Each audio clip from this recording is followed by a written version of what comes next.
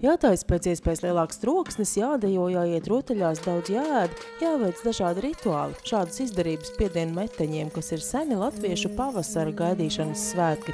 Lai rādītu, cik dažādi un tajā pašā laikā līdzīgi šos svētkus svin arī citas tautas, Saladsgrīvā meteņu laikā tiek rīkots starptautisks masku festivāls, kas šogad norisinājās jau 5. reizi. Cik tas ir interesanti, visi gaida pavasari. Grib pavadīt ziemu un arī viņu tradīciju. Mēs arī dedzinām lielo sievu. Viņi dedzina savu čūčalu. Un tad jau ir skaidrs, ka šīs lietas visas darbojās.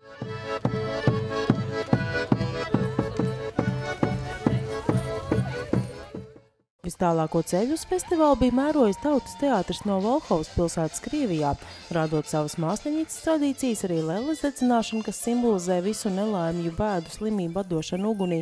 Viesi stāsta, ka otra zināmākā māsliņītes izdarība pankūku cepšana gan šoreiz izpalikusi. Как на масляной неделе из огня блины летели. Ах, блины, блины, блины. Ой, блиночки мои. Ой, блины, блины, блины. Ой, блиночки мои. Так что это наши традиции. А блины это тоже Pankūks tas ir arī saules simbols. Sauli atvedām, pankūks gan nesacepām, bet nākamreiz noteikti būs arī tās.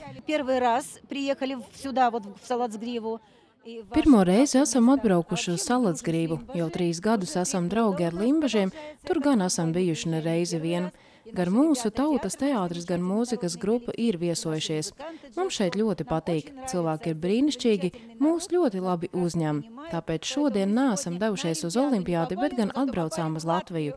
Un tas ir lieliski, ka varam visi kopā šeit svinēt svētkus. Savukārt ciemiņi no Igaunijas stāsta, ka viņiem meteni sauc par Vaclapēvu. Tajā tradicionāli vizinās no kalna ar ragavām, ēd īpašas pīrādziņus, dzied un dejo.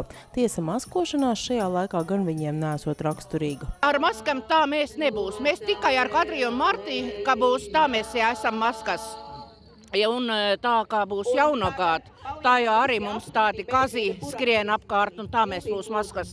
Bet maslinicas maskas mēs ne. Masku festivāls šoreiz atšķirībā no iepriekšējiem gadiem norisinājās tikai 1 dienu, tāpēc arī aktivitāšu bija salīdzinoši mazāk. Izpalika arī tradicionālā viesošanās lauku sētās, ko izrādās daudzi saimnieki bija pat gaidījuši, jo citus gadus folkloras kopas veiksmīgi veikušas kurmju izdzīšanas rituālu. Ja jums ir problēma ar kurmiem, brauciet uz Saladsgrīvu vai aiciniet mūsu ciemos. Mēs, vecīši, varam jums līdzēt.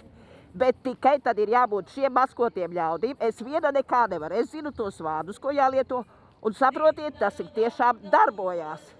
Mēs šodien arī cīnām kurmi ainašos vienās mājās, kur saimnieks man īpaši bija uzrunājusi. Viņi zināja, ka es to daru. Un mēs šodien pie viņas bijām, un es domāju, ka viņai tur būs viss kārtībā. Ap metiņiem daba sāk gatavoties atmodai, un arī cilvēkiem šajā laikā vajadzētu piedomāt pie ziemā sakrāto sārņu, izmēšanas un sevis sakārtošanas.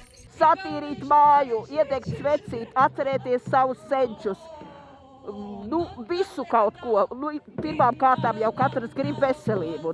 Tad arī dancojot ar šiem ļaudīm, ejot ar viņiem kopā, jo saprotiet, no viņiem nāk tāda enerģija, ko jūs dzīvē nekur nesastapsiet.